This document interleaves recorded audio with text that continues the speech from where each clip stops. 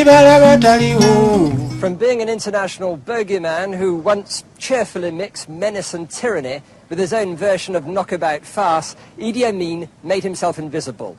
The once garrulous British Army Sergeant Major shut up and vanished into the protective folds of his Arab allies.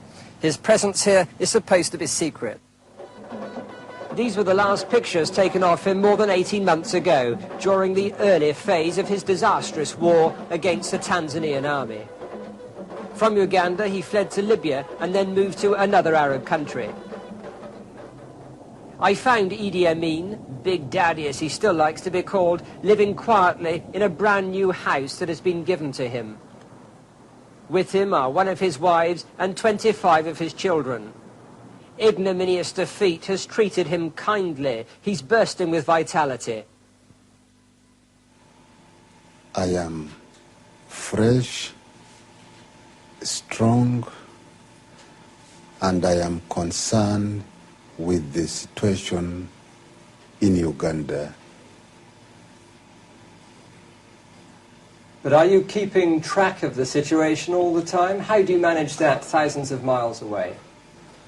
I have all Ugandans at heart, and they keep me informed, and all Ugandans, except the only few, might be opposing me, but most of them, they love me, they pass their information to me, and they want me to save them from the chaos situation which is now happening in Uganda.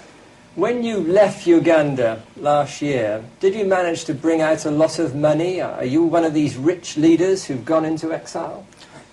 No, I am not rich. I am one of the poor leaders in the world, and my intention is to work for my people, but not for me. That is the reason why, you know, that if you check all banks all over the world, in Europe, in Asia, in Africa, in the United States of America, you will never find account belong to me, because I work for the people of Uganda. I am a founder of the economic independence of Uganda. Field Marshal Amin, a year ago, your army seemed to have been destroyed by the Tanzanians in Uganda. You disappeared. Now, why did your army do so badly? What happened?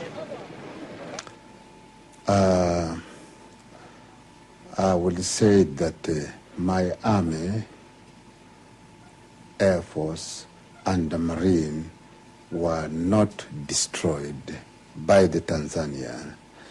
I am trained military officer by British, and in military tactics you can either fight the war, or if you think you will win later, you can tactically withdraw your force to the safe place, and then until you might make a counter in the future. The Tanzanians went round saying that you had run away.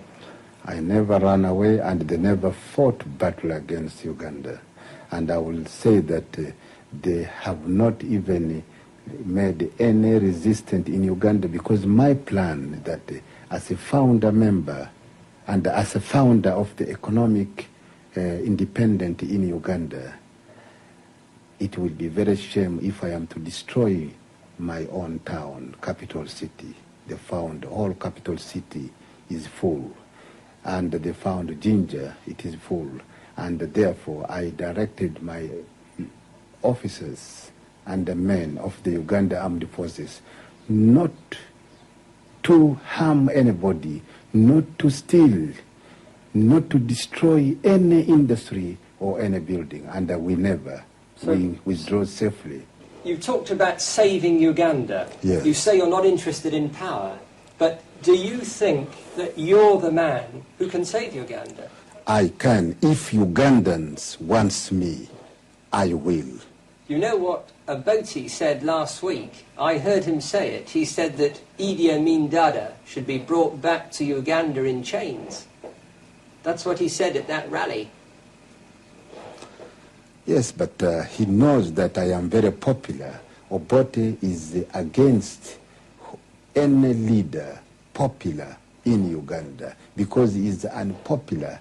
That is why he is to give instruction with Nyerere to deport, to arrest Lule, to arrest Binaisa. I want Binaisa must be set free immediately, and so that he can compete with Obote. I want people like Lule must be returned back to Uganda. They can contribute a lot with their professional. Like Binaisa is a trained lawyer. But should Big Daddy go back to Uganda in the near future? Would he like to? For me, yes. If the people of Uganda wants me, I will go back to Uganda, and I am sure I will contribute more for the people of Uganda, but I am not power thirsty. I wanted to help and rescue the innocent, poor Ugandans.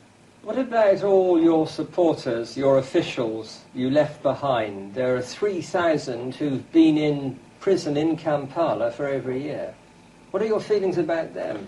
I will rescue them. I will do everything possible with the support of Uganda if they wanted to be free, if they wanted Uganda to be called as a Peel of Africa, as was said by late Sir Winston Churchill, and Uganda will be. One of your great friends, Bob Askins, Major Bob, is under a murder charge at the moment. What about Major Bob? I think they can say, as I wanted to inform you, that Major Bob is innocent, he's been helping the poor Ugandans, is not, he has not killed anybody, what I know. Bob Astor was trying to help everyone poor, and those whom he helped, I'm sure they can also speak for themselves.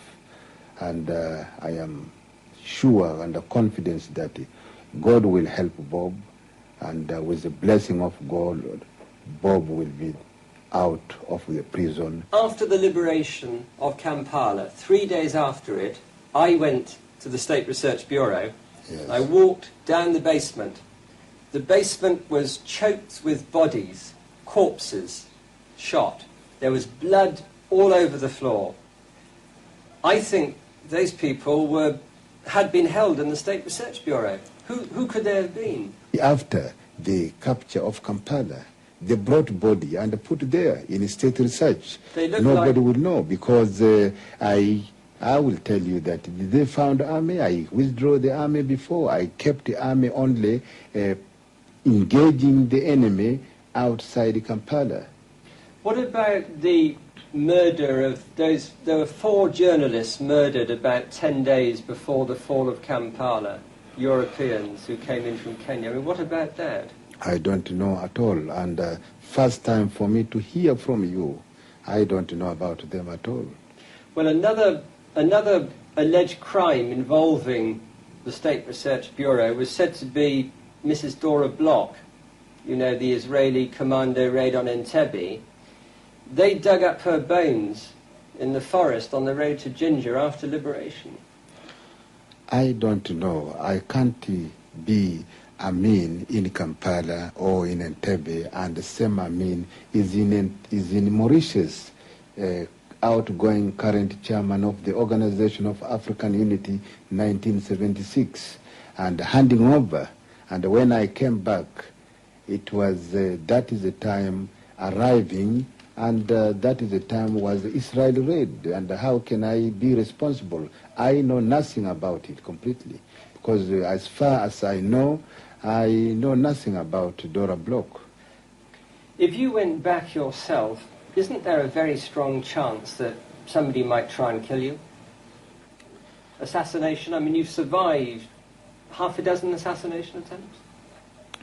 I am not a person who is afraid of being assassinated, because I believe in God, and I know exactly when and how I will die. And this is secret. And that is why you find that I was the last man to withdraw from the battlefield. And this is according to the military history. The commander of the battle is the last man to withdraw. And I perform my duty as a commander. Well, how did you get out of Uganda? How I got it through my tactics. I can't tell you, but very bravely, and addressing everywhere, chaired by this population, because I was not overthrown. I was forced out of Uganda by the invading force, who are 6 times bigger than my army. And therefore, I cannot put my army to commit suicide. You seem to set great store by your British Army background still. It sounds as if the British Army code book and so forth worked last year. I'm very proud about British, because I am trained officer in British Army, in War Ministers, and I've been also to Bbaale Staff College with the most top British high-ranking who actually fought very bravely, highly, hero of 1945 Second World War. And therefore, I use British tactics, and I love the British very much.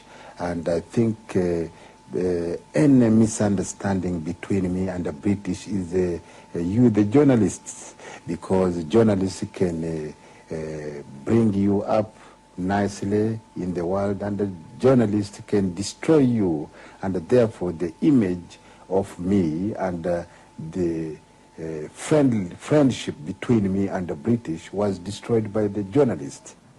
The bluster, the bombast of the same Big Daddy who oppressed Uganda for 8 appalling years.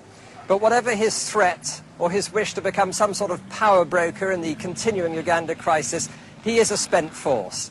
His army is in tatters around Uganda's borders. He's humoured here, pampered, but he lacks credibility, even among his longest-suffering allies, the Arabs.